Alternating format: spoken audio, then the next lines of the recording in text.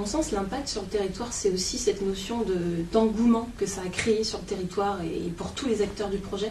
Et puis même pour les membres du collectif, c'est très dynamisant un projet comme ça, de pouvoir faire avancer une action au service du bien vieillir au sein de notre territoire. Effectivement, c'est un projet qui a permis de faire évoluer la vision qu'avaient les jeunes pour la personne âgée et de la personne âgée vers les jeunes aussi. Et c'est vrai que chaque public avait un petit peu ses préjugés ou avait un petit peu des clichés par rapport à l'autre public. Et aussi, l'un des impacts au niveau du territoire, c'est que ça a permis de créer une dynamique entre les structures d'accueil de personnes âgées qui travaillaient chacune de leur côté sur leur territoire. Et grâce au projet Silver Geek, il y a une rencontre de ces différentes structures parce qu'ils se sont rendus compte qu'ils travaillaient pas suffisamment les uns avec les autres, donc ça a permis aussi de créer une dynamique à ce niveau-là. À aucun moment on a senti qu'une des structures, quoi, qui n'ont pas du tout les mêmes enjeux, pas du tout la même culture, tirer la couverture vraiment de son côté et souhaiter se mettre en avant ou se valoriser plus que les autres. On a vraiment été sur, je pense, un respect mutuel et des uns et des autres et vraiment se concentrer sur notre objectif qui était de pouvoir apporter notre pierre à l'édifice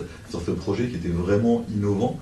Et voilà, je pense que c'est vraiment quelque chose de fondamental aussi, c'est qu'on est tous restés au même niveau, on a tous été très complémentaires les uns par rapport aux autres, par rapport à notre capacité à pouvoir donner du temps et des compétences dans le cadre de ce projet. Et je pense que c'est ce qui fait la force de ce collectif, de cette alliance, c'est ce respect mutuel et puis le fait qu'il n'y ait pas une structure qui ait voulu se mettre plus en avant que les autres.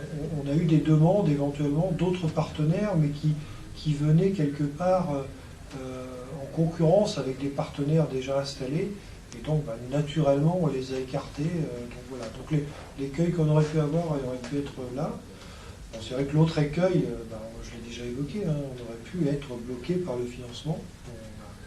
On est passé outre, mais ça aurait pu être très clairement. Ça, ce sera vrai sur n'importe quel projet.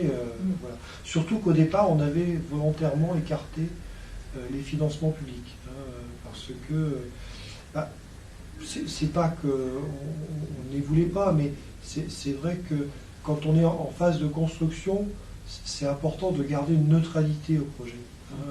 Et à partir du moment où une structure politique, quelle qu'elle soit, et sans du tout mettre en cause, il y a une volonté éventuellement de mettre sa patte et un aspect de récupération. Finalement, le principal écueil, ce serait que l'enjeu collectif se perde et qu'il soit grignoté quelque part par des ambitions personnelles ou individuelles.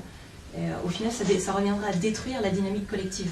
Je ne sais pas la difficulté, en tout cas ce qui me concerne, c'est le temps, puisque ce n'est pas le seul projet effectivement que je suis, que j'accompagne, j'ai aussi 7 départements. Quand Jean-Pierre parlait tout à l'heure de militantisme, il faut aussi une part de militantisme, et c'est parce que moi je suis impliquée, bien entendu, et j'ai une mission, et je dois rendre compte professionnellement de cette mission, mais je dépasse largement mon cadre professionnel.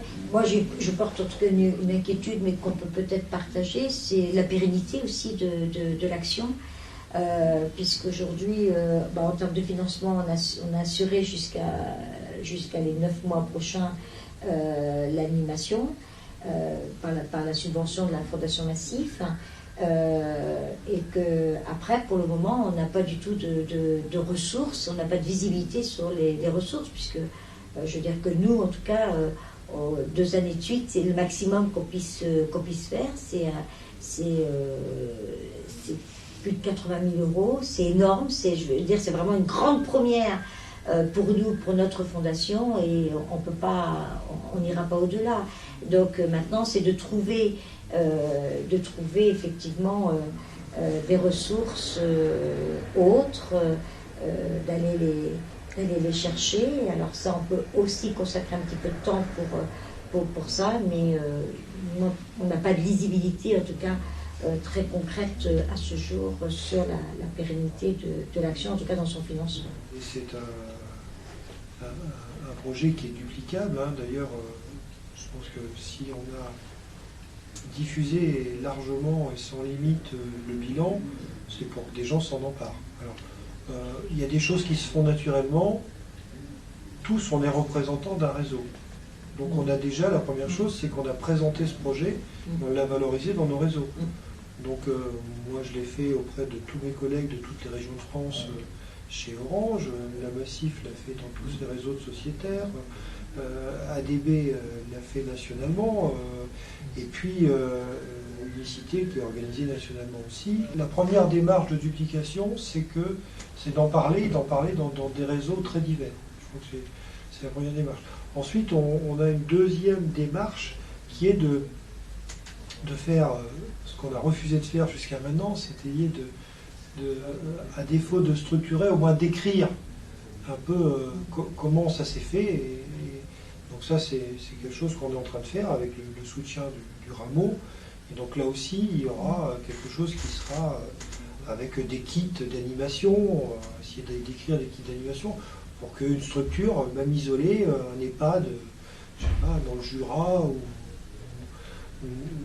dans le Morvan, qui dit bah tiens, c'est super ce qu'ils font, on va s'acheter une nuit et 2 tablettes et notre animateur local il va faire des choses. Voilà. Donc ça c'est la volonté, c'est pas de forcément dupliquer Silvergeek, c'est de dupliquer tous les apports de Silvergeek.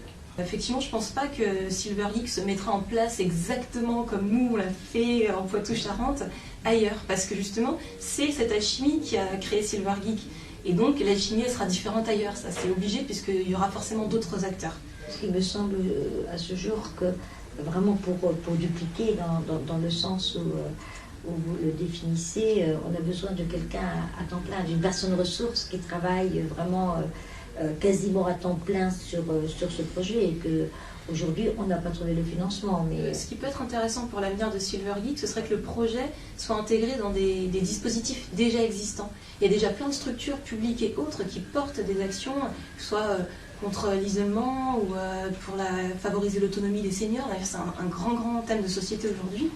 Donc finalement, peut-être pas recréer quelque chose, mais que ça s'intègre pleinement dans tous ces dispositifs existants partout en France. Moi, je pense qu'effectivement, comme ce qui a déjà été dit, c'est le modèle de demain. On va de plus en plus être sur du cofinancement dans le cadre de la mise en place de projets, que ce soit donc avec des collectivités, avec du mécénat, avec des entreprises ou d'autres, voilà, ça peut être du crowdfunding ou d'autres modes de financement, mais de toute façon, c'est un modèle qui va tendre à se développer.